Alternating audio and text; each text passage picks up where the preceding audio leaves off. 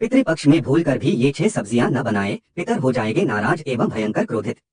साल 2024 का पितृपक्ष 17 सितंबर से शुरू हो गया है और यह 2 अक्टूबर तक चलेगा।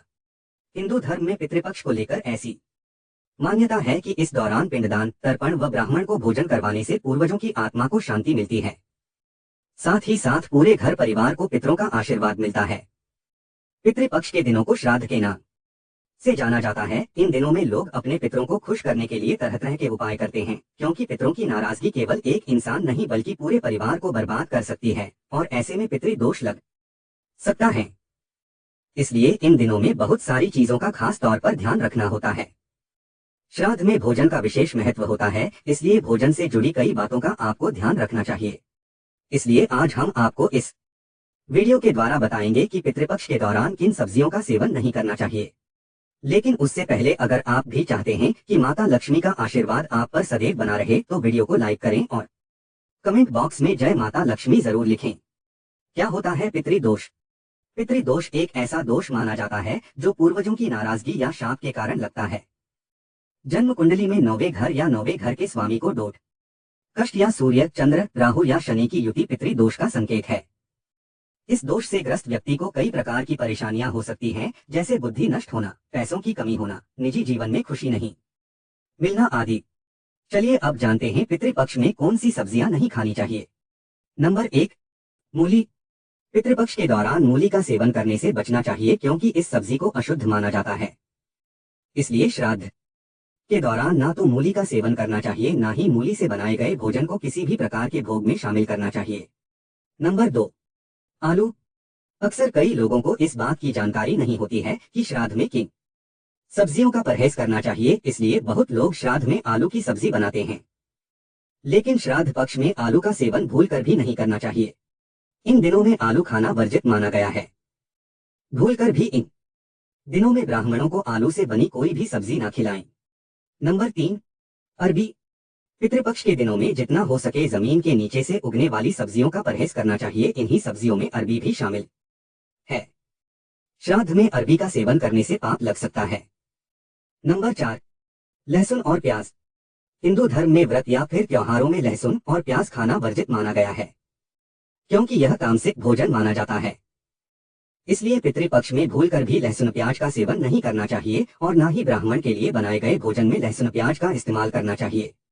नंबर 5, मसूर दाल। पितृपक्ष में कच्चे अनाज के सेवन को डोट भी वर्जित माना गया है। मान्यताओं के अनुसार ऐसा कहा गया है कि पितृपक्ष में ना तो कच्चे अनाज का सेवन करना चाहिए और ना ही किसी और को करवाना चाहिए। इन दिनों में चावल, दाल और आटा किसी भी चीज को कच्चा नहीं खाना चाहिए।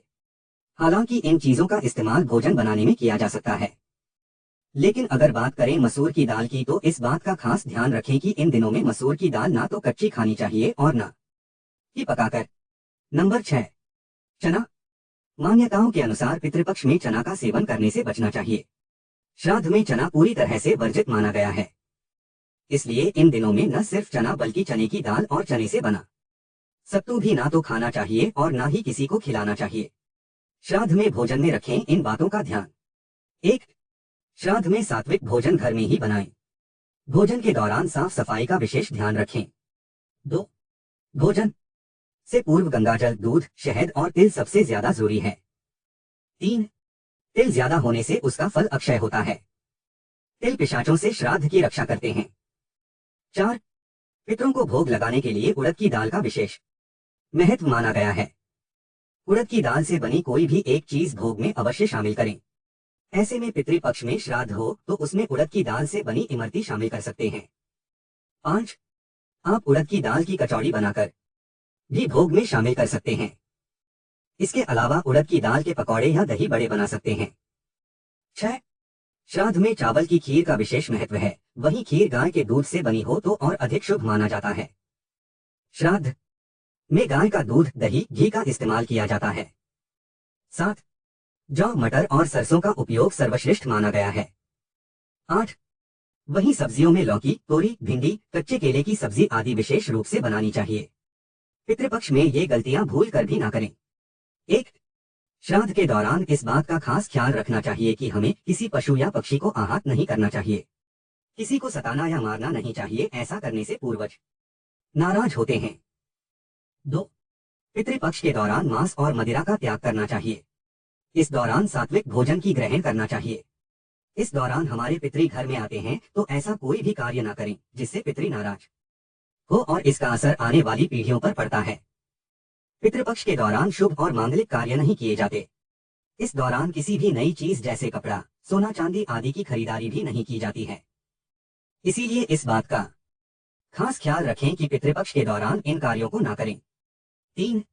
पितृपक्ष के दौरान शुभ और मांगलिक कार्य नहीं किए जाते। इस दौरान किसी भी नई चीज जैसे कपड़ा, सोना चांदी आदि की खरीदारी भी नहीं की जाती है। इसीलिए इस बात का खास ख्याल रखें कि पितृपक्ष के दौरान इन कार्यों को ना करें। नोट: यहाँ सूचना सिर्फ मान्यताओं और जानकारियों पर आधारित है। यहाँ यह बताना जरूरी है कि अद्भुत ज्ञान वास्तु यूट्यूब चैनल किसी भी तरह की मान्यता, जानकारी की पुष्टि नहीं करता है। किसी भी जानकारी या मान्यता को अमल में लाने से पहले संबंधित विशेषज्ञ से सलाह लें। वीडियो के अंत तक बने रहने के लिए धन्यवाद।